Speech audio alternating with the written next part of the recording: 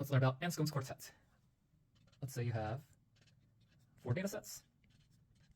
And for some numerical data analysis, you find that the 4 data sets have the same mean and variance for both the x variable and the y variable. And the 4 data sets also show the same correlation coefficient between x and y. Let's also say they have the same linear regression line. And let's say they also have the same r squared. So again, through numerical data analysis, you find all of these very, very same, pretty much identical values in terms of descriptive statistics. But the underlying variable is actually very different. And the only way to find this difference, or one of the key ways to find this difference, is actually to plot your data. So what Anscombe's quartet is, the statistician created these toy examples where he had very different data points. And this one, for example, is a nice straight line.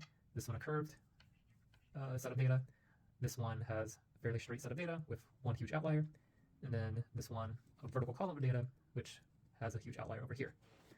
And in this example that Anscombe created, he actually found that all 4 of these data sets generate the same mean correlation regression line in r squared.